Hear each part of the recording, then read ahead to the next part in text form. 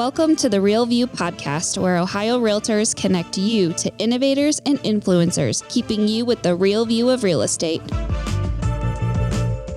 Whether you're a broker, agent, first-time homebuyer, industry leader, or just happen to stumble upon our podcast today, you can expect to hear tips, tools, tricks, interesting information, and so much more from the experts in Ohio's real estate game.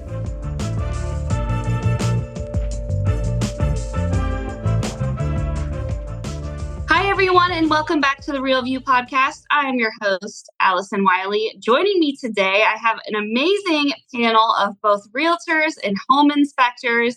We are diving into the world of home inspections, what it means for today's consumers, for today's realtors, for today's inspectors, what you need to know, how they're done across the state.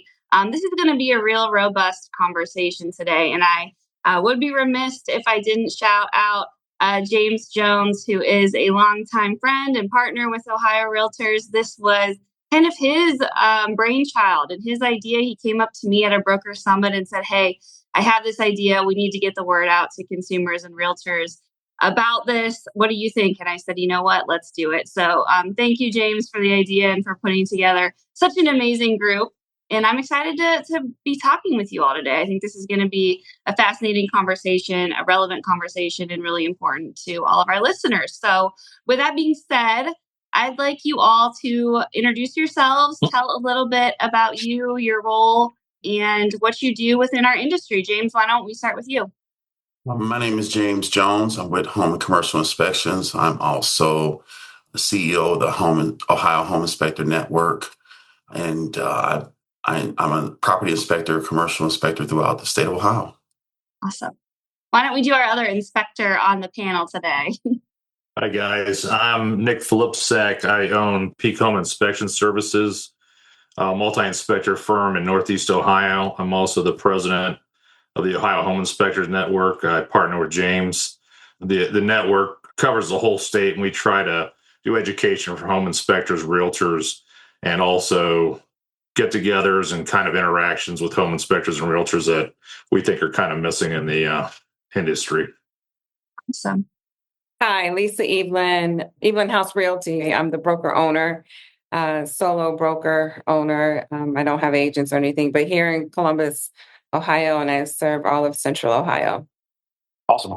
I'm Mike Magno. I run a husband and wife team here in the Cleveland market. We're based at the Keller Williams Living Office in Solon, Ohio. We have 3 agents on our team, so there's a total of 5 licensed agents, and we have a full-time administrative assistant as well. So that's awesome. Well, awesome. Thank you guys again so much for joining me. And we have a really robust group of you all from all corners of the state. So excited to dive into this, see how it's working in your guys' area, and see what we can all learn from each other. I think we should start at the beginning.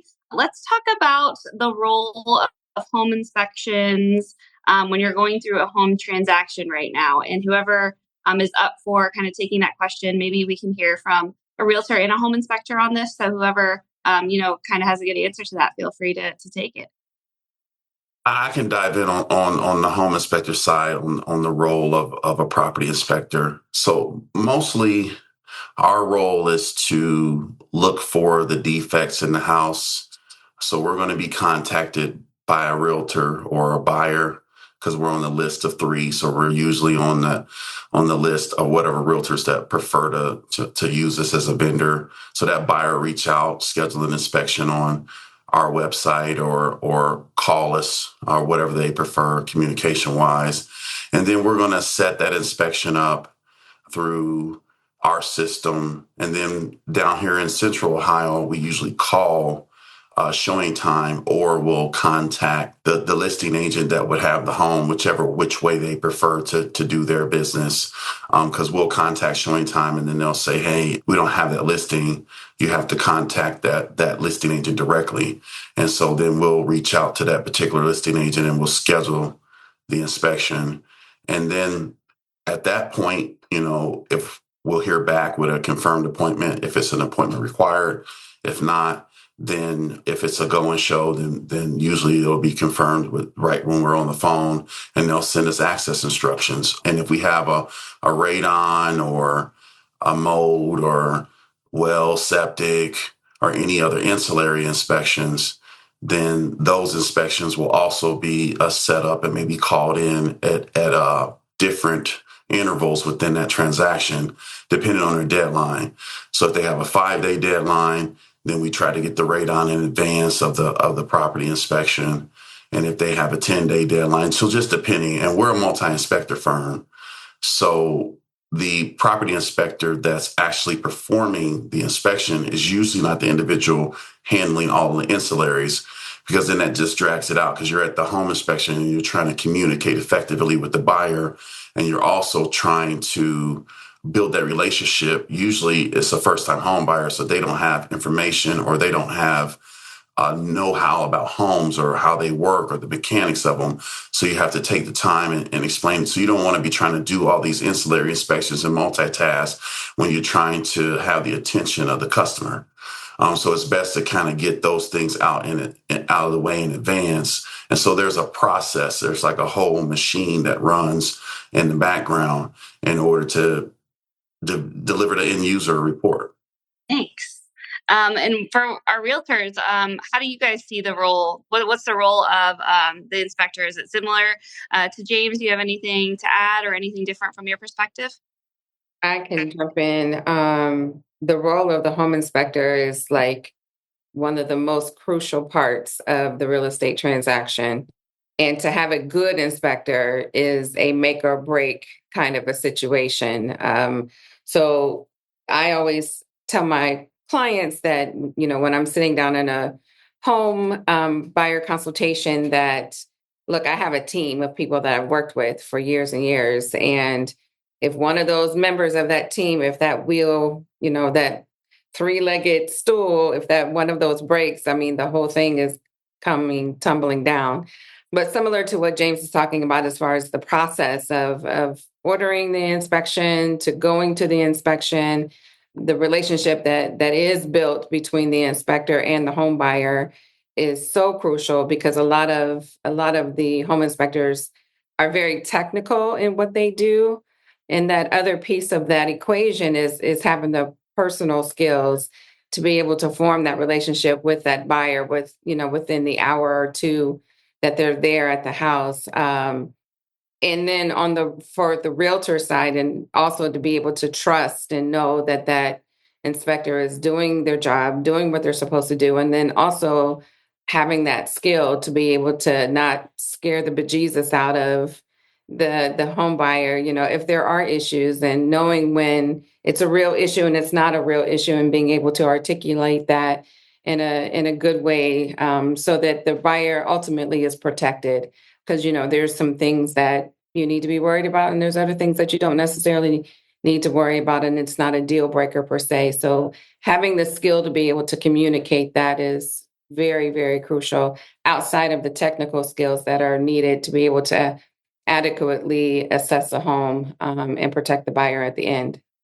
Yeah, I agree. That was all explained really well. Anything else, Nick and Mike, you guys want to chime in on or agree with all the above? Yeah, I agree with both Lisa and James. And our job is really, and it can be, the reports can scare the bejesus out of anybody, because what we have to put in the reports and what's important are two different things. And that's how we kind of rate things. We give different ratings, because there's a lot of information in the report. If you don't explain it in a proper manner to them, you can kill any deal. But when we're walking through, and my inspectors they're real personable. They get along with everybody. We try to explain the defects.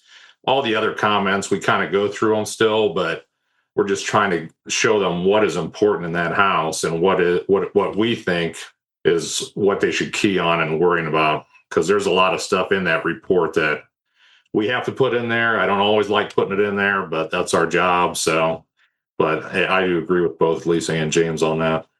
Yeah, I mean, I think the only thing that I would like to add would be, especially the realtor piece of it, is really setting the proper expectations with their clients. Home inspections are basically, I like to use the analogy, they're a report card of the health of the home. And it's also very nuanced because of the different price points that we all, you have a certain level of expectation if it's a $90,000 inner city home versus a $400,000 or $600,000, suburban home that was built in 2015. So, there's a lot of nuance to it. And I think, I have experience with both Nick and James on this call. I think those guys do a good job at setting proper expectations with people and letting them know, like, hey, this is what my report's going to say, but here's reality. So, and I think too, agents really need to do a better job of not scaring people either. I've had a lot of experience with a lot of agents and all the transactions that I've done in my career, and be surprised at the stuff that comes out of some agents' mouths regarding defects and all. So, especially when you're on the list side and you get that report from the buyer's agent with a laundry list of items that they want repaired. right. It's Right. you can tell what inspector did their job and which ones did not. Right. You touched on that a little bit, Lisa, the importance of trust. When you have a team of people you work with and you built up those relationships, how do you guys manage that relationship between your home inspectors and realtors? What would be your advice to maybe agents out there who don't have a relationship with a home inspector, and how do you build those relationships up, so that you are at that point of trust with them? Yeah, I mean, for me, obviously every agent starts at zero, and over time they build, they build up a book of business, and they build up the repetitions of doing home inspections.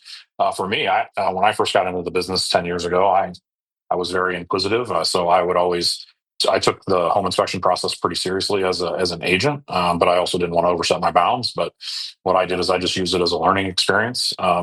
Reviewing the reports, asking the questions of the home inspectors. Why is this important, et cetera, et cetera. Because I think that's a piece of it that doesn't.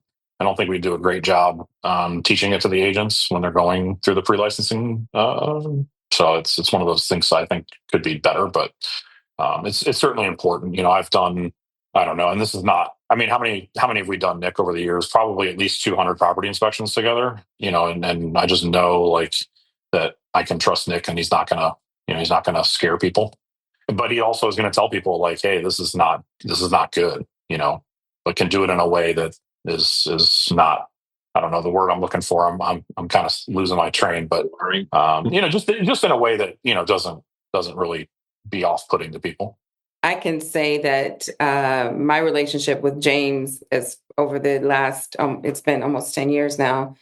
I went to every inspection, and I know that they tell you, oh, you shouldn't go to the inspections here in Central Ohio, but that's the way that you learn. And James is a great teacher. And so I was green as can be in the beginning. I didn't know a whole lot about houses. I knew like everybody else, I was a consumer.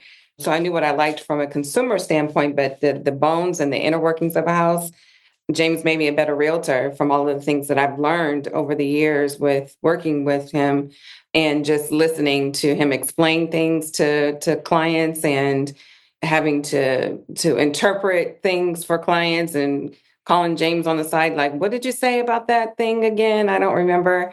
But just having consistency in showing up, the professionalism of the inspector, and then being able to be there with them, and they being also willing to talk to you and to teach you and to talk with the clients and teach the clients, and taking that extra time to be able to explain, what they're doing, why they're doing it, why this is a problem and why it's not a problem, and what you can do to fix or remedy any issues that are in the house, or things that you should just completely walk away from the house because of the particular issue. So just being a student and being a sponge and being willing to ask the questions and be in attendance and spend the 2 hours in the house with the inspector as they're walking through and listening to what they're saying.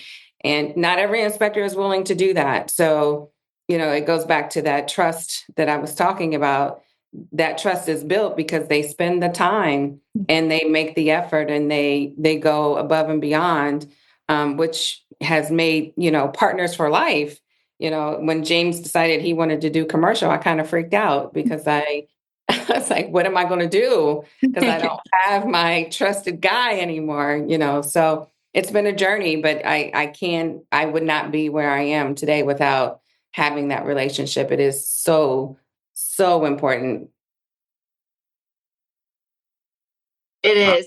And it's, such a great service that we can offer to our clients too. That you guys offer to your clients, to say, hey, like, we're going to make sure that, you're getting moving on from a property, for the best reasons possible, and having someone there that's going to walk through that list of inspections with you to be able to say, hey, here's the stuff you should worry about. Here's the things, that you don't need to worry about. That's an amazing service that you guys are able to provide your clients when you two are working together and having that symbiotic relationship. It's really, really a great service to be able to provide. What do you guys wish consumers knew about the home inspection process, about home inspectors? I'm sure that there's a ton of stuff, but if you had to name one thing that you wish consumers who may be listening to this knew about home inspectors or the home inspection process, what would that be? For me, not mostly maybe consumers, but for me, I would like to see the whole state of Ohio have one process for property inspectors to operate on, and a matter in which we call in inspections and we are able to operate our business and inner working of our business as inspectors. And to give you one example is running the Ohio Home Inspector Network kind of opened my eyes to the differences between Cleveland and Central Ohio, Cincinnati, and Dayton. Well, I'm originally from Dayton, Ohio, so we still do inspections in Dayton, Ohio. We also do inspections in Springfield and Cincinnati and Central Ohio. So when we go to those places south, we call showing time, and whatever service that it is where we're providing, since we are federally background checked and we do have a license, we're able to call showing time or the listing agent and get that appointment through them, and then receive notification back with a lockbox code. And then we go to the house as home inspectors and we open the house, and maybe the buyer meets us there. Maybe they don't. We perform our service. We lock the house back up and leave it as we left it. And then we move on to our next inspection. This creates efficiency on our side because it allows us to operate our business and set times for our day. Sometimes, things can happen. People have hiccups in their day. And this would be more of a question for Mike and Lisa. When I met Mike in Cleveland, when we did the Ohio Home Inspector Network, and we did that multifamily inspection education class for other inspectors, Mike had to take the entire day of his time and find something to do in one of the rooms in the home. And I have never seen that before.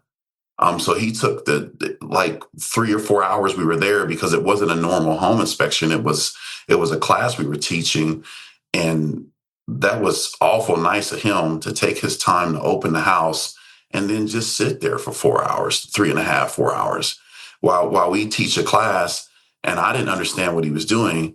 And Nick had to explain to me that in the Cleveland area, that's a requirement.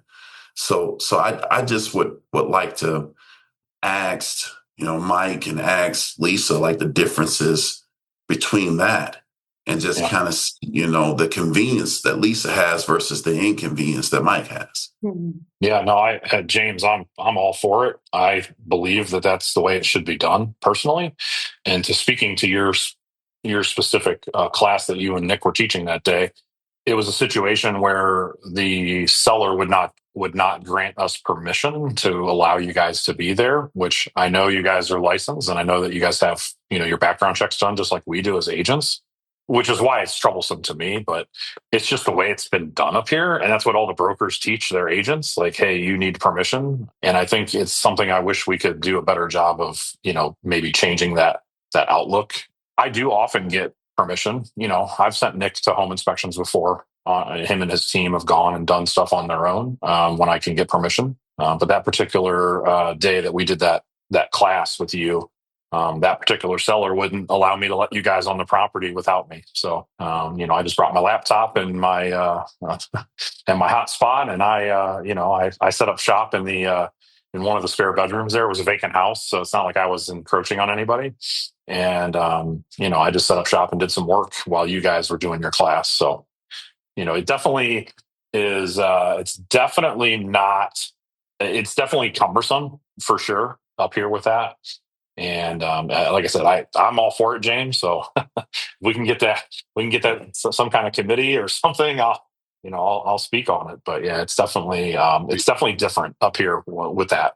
We came up with some information and a presentation. We presented the MLS kind of controls it up here because you have to go through the MLS to get access for everything. But we were presenting it to one of the major boards up here.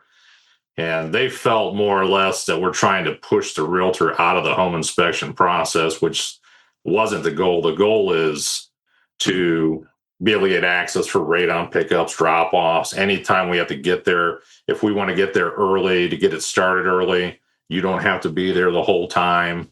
If you got something else to do, you can leave an hour early and we can lock everything up. That's more the main goal, is not kicking realtors out. I personally, I don't mind. I like talking to most of you guys, and most of the realtors we deal with are helpful because we can explain stuff to them and they work with the clients and they can calm them down on some of the issues also.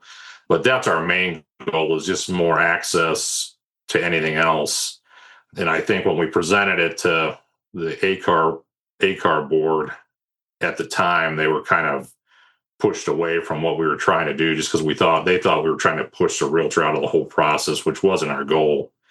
We just need to kind of sit down and talk to everybody, and hopefully we can get some type of committee together and do that. And because I think it'll help our industry up here. It'll help, and not only home inspectors, it's going to help realtors too. You guys don't want to be responsible for us constantly and take half your day out when you can be out making more money too. So, but that's my thoughts on it. And that's kind of how we proceeded. We came up with charts and information how Central Ohio did in some other areas, and didn't quite go over as well as we thought it would. So, unfortunately, I'm not a member of ACAR. I live in Medina County, so I'm a Medina County board member. But I'd be all for it. Next time you guys want to present it, let me know. I'll come speak on your behalf. So maybe you guys should have someone from Columbus come up and talk to your boards, right, to explain like how we do it here, because most of the time in every brokerage is run differently. But for the majority, I believe that it is in our listing agreements that the seller signs off and says, yes, we will give access to photographers, appraisers, and home inspectors. And so it's a blanket coverage. And then, as a buyer's agent, you still want to do your due diligence and ask the listing agent before you schedule the home inspections for the buyer. You want to ask the listing agent, does the seller give permission, just as a extra point of coverage. But when you're calling a showing service as an inspector and you're requesting that appointment, that is asking for permission from the seller, because the seller has to agree to that on the other side. So I think that's probably like a small glitch that you guys have, that you don't have that transition from the listing agreement all the way through to the scheduling of a showing service. We say showing time just as a blanket coverage of showing service, but there's several of them out there. But if your home, as a seller, if your home is being listed and your listing agent is using a showing service, then that showing service is available to all that have access to, that are members of and have access to that particular showing service. And sometimes the showing services are provided by the MLSs or the boards or whomever, but that transition needs to start, or that discussion needs to happen at the listing, because that's where you get all the permissions. yeah. And just an add on to that is we used to carry Supra codes to get in. Like not a lot of people use them up here, but they do. So even if they do give us permission, we are not allowed to have Supra access anymore because the Supra goes to the MLS. So we don't have access to the MLS anymore. Or we didn't have it before, but so all the Supra, you have to have an MLS number to get a Supra access up in Northeast Ohio. So we don't even carry Supras anymore. And I don't have an understanding of that, because I have a super key on my phone, but I don't have access to an MLS.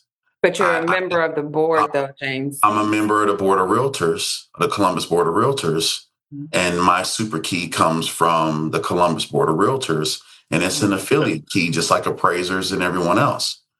So, that's how they used to do it up here, but now it's you have to have an MLS through through MLS now. I think is who we use. So they changed it all because I used to go to the board and renew my thing every year.